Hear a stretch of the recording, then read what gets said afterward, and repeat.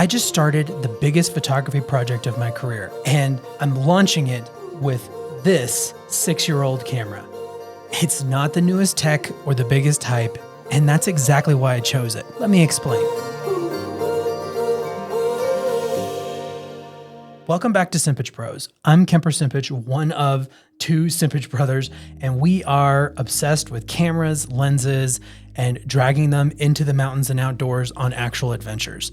If that sounds cool to you, hit subscribe. We have a lot coming down the pipeline, and we have big plans for 2026. This year, I've finally kicked off my big photography project, 100 Peak Portraits.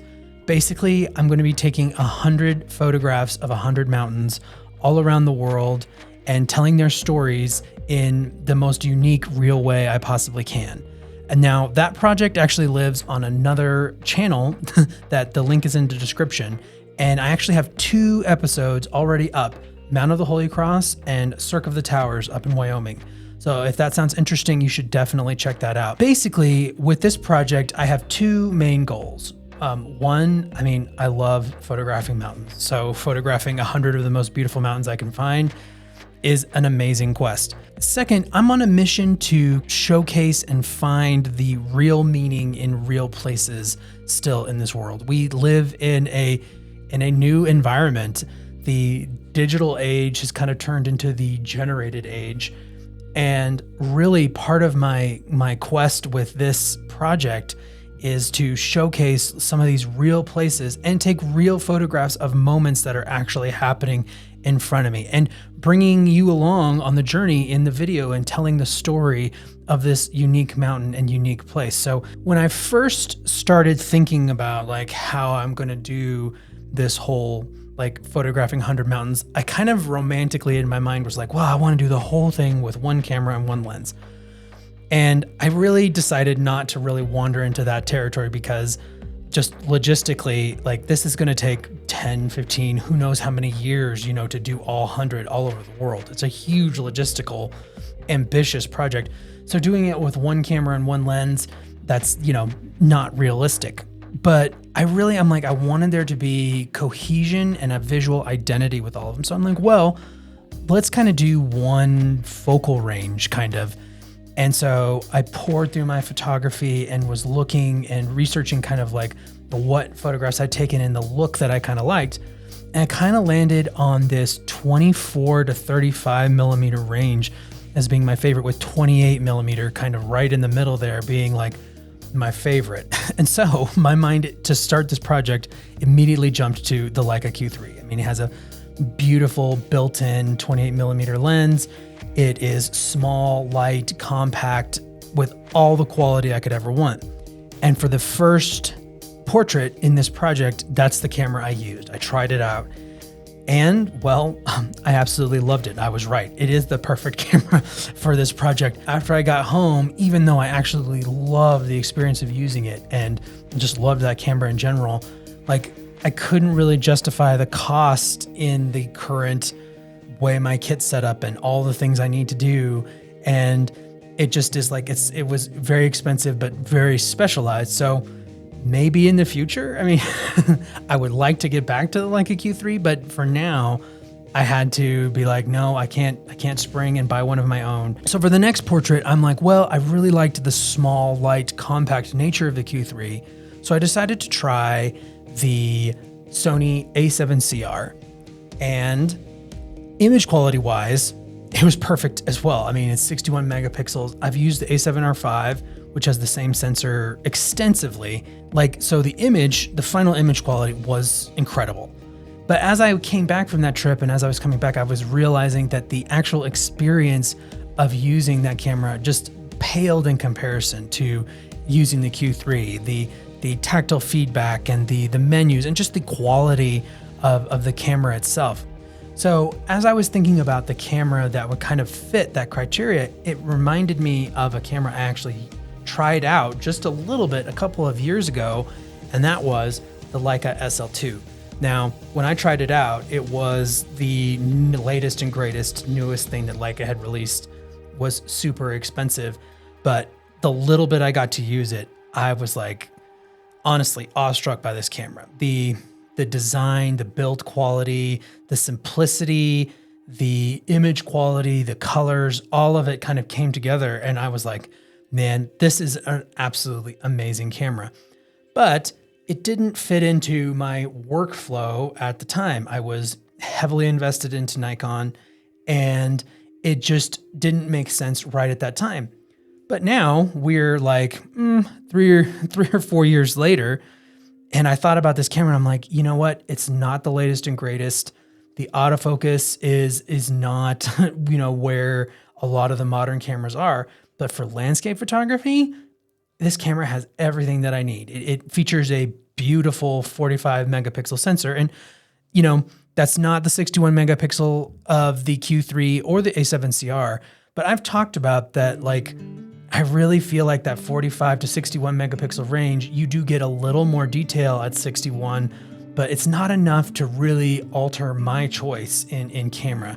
I have a whole video comparing the Nikon Z8 to the Sony A7R5, which can really kind of showcase that 45 versus 61 megapixel thing. And you'll see the differences, but it's not enough. And also this camera has a really nice high res mode built into it. So if I really need more, I can get a high res DNG landscape file off of this camera. And things can't be moving around in the frame and some of those things, but I actually have found it to be very reliable and create high res images. But to be honest, I'm totally happy with the 45 megapixel resolution, and I print extremely well, which is a big part of this project. Every single image I'm going to be printing and revealing at the end of the video, and the images that print are just amazing off of this camera. So as I'm making my choice about this camera, once again, I'm not thinking about the latest features and the newest thing. I'm thinking about that this camera is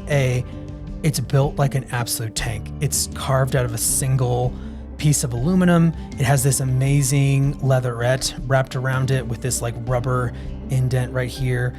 The buttons are unlabeled and simple and super clicky. The dials are amazing. I mean, the shutter sounds so satisfying. Listen to this. I know that doesn't mean much, but I just enjoy a satisfying camera to use. And once I kind of thought of this camera, I'm like, oh, well, this is the camera that I want to start my project with. Now, I'm not going to necessarily use this camera for the whole project. I think that part of this project is focused on me growing as a photographer and, going on all this journey to photograph these peaks. And I want to be using the camera that inspires me the most. And I am going to try to take most, if not all, of the portraits at that kind of 28 millimeter focal length. I'm actually going to make a whole video about why, but to kind of sum it all up, that 28 mil is an inspiring focal length for me because it's not ultra wide, but it's also not telephoto. It's neutral. It includes a lot of the frame. And truth be told, if I'm in a spot where I can get a really good 28 millimeter photo, I'm in a really cool spot and it's really inspiring to me. So I am going to try to keep it in that 28 mil, but I may not use this camera for the whole project. Well, I actually almost certainly will not.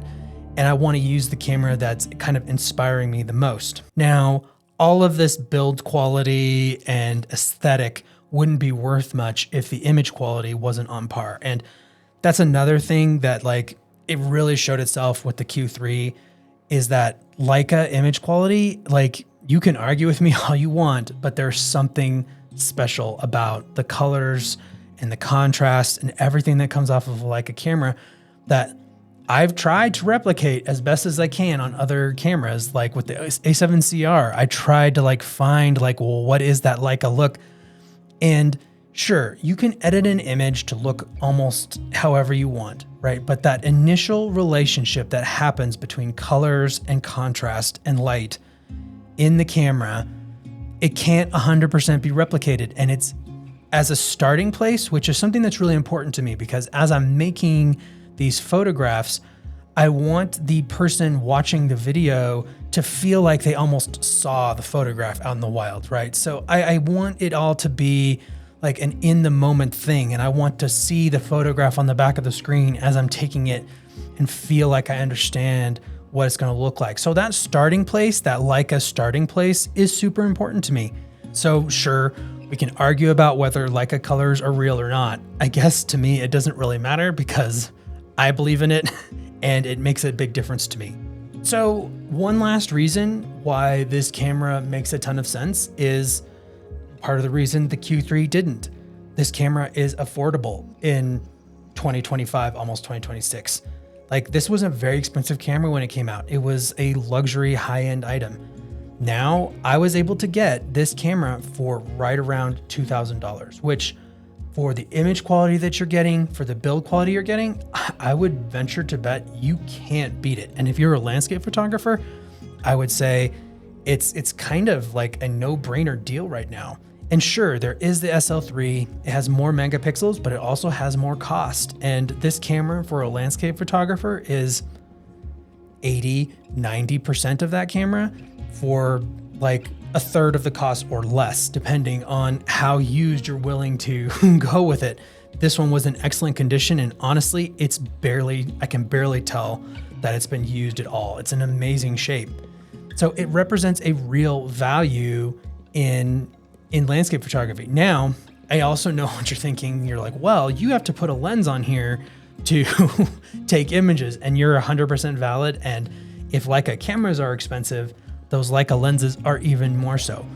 But I think I've kind of found a solution. I'm not going to share it in this video, but I have a lens for this camera that I'm actually really excited about and isn't a super expensive. But to kind of speak to a potential landscape photographer looking for a new camera, any lens that Sigma has put out in the last, I don't know, 4, 5, 6 years is available to put on this camera. And anyone who knows about the camera industry knows that Sigma's making incredible lenses at an incredible value, and they all go on this camera.